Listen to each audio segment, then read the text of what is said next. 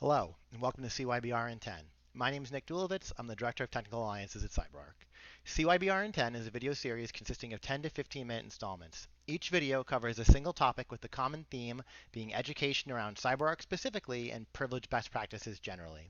This session will cover a general overview of what Cloud Access Security Brokers, or CASBs, are, why they're important, and how you can learn more about CyberArk's CASB solution powered by our recent Vaultive acquisition. So, what is a CASB?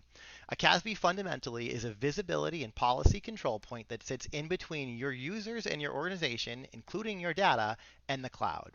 Why are CASBs important and why should you care? Well, AWS is taking over the world for a reason. Enterprises see the ROI associated with running their apps in the cloud. Running apps in the cloud means data in the cloud, your data in the cloud. And if the cloud is just someone else's computer, which it is, then I just said we're storing our data on someone else's computer. What CASB solutions do is let us extend control of our data into the cloud. Whether it's for security, compliance, visibility, data governance, or straight up common sense, CASBs are worth a look. Gartner says cloud access security brokers have become an essential element of any cloud security strategy, helping organizations govern the use of cloud and protect sensitive data in the cloud. So, what do they actually do? Well, again, according to Gartner, they have four primary roles: visibility, compliance, data security, and threat protection.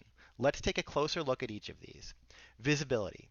CASBs provide shadow IT discovery and sanctioned application control. What that means is we can define which applications we want to use to connect to cloud services and ensure that users are only leveraging the organization's approved cloud applications. As well as provide a consolidated view of an organization's cloud service usage and the users who access data from any device or location. Essentially, CASBs answer the question of who's doing what in the cloud. Onto compliance.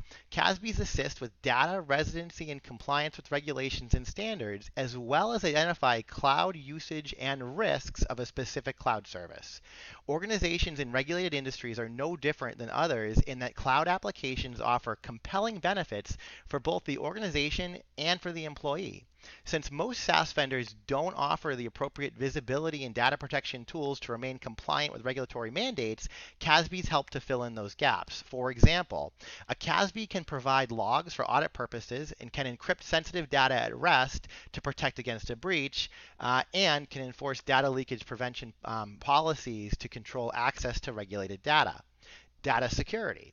CASBs provide the ability to enforce data-centric security policies to prevent unwanted activities based on classification, discovery, and user activity monitoring, or privilege escalation.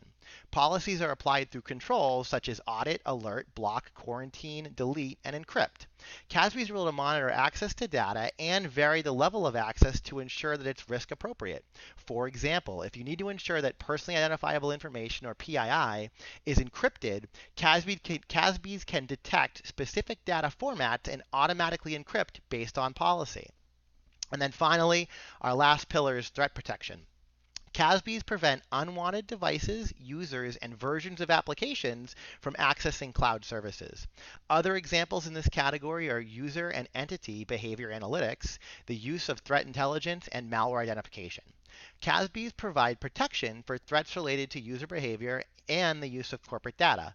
Common examples here might be a user login from a geographically disparate location. If all of a sudden James is logging in from China when normally he sits in Boston, there might be an attack underway.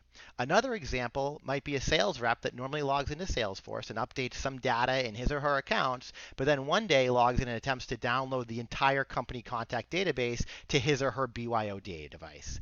Let's detect and block that in real time. Okay, so we've covered what they are, why they're important, and what they do. How does CyberArk fit in? Well, we do it through our acquisition of Vaultive. The Vaultive solution includes patented, feature-preserving encryption technology, allowing you to encrypt both structured and unstructured data in the cloud. You control your encryption keys, but the user experience and application functionality are preserved, including native features like search and sort on encrypted data sets. context-aware policy controls. As more and more sensitive business processes are migrated to the cloud, it's essential to keep tight control over what users can and cannot do in those services.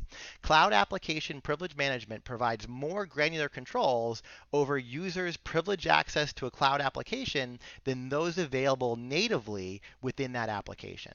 Cloud DLP can inspect cloud computing activities and redact prohibited data types. So like we talked before about PII being detected based on the data format and automatically encrypting it, we could also do something where we would say where we wouldn't allow that data to be written in the first place, or again, apply that encryption rule or a number of other actions that we can take based on the policy that we define within the DLP engine.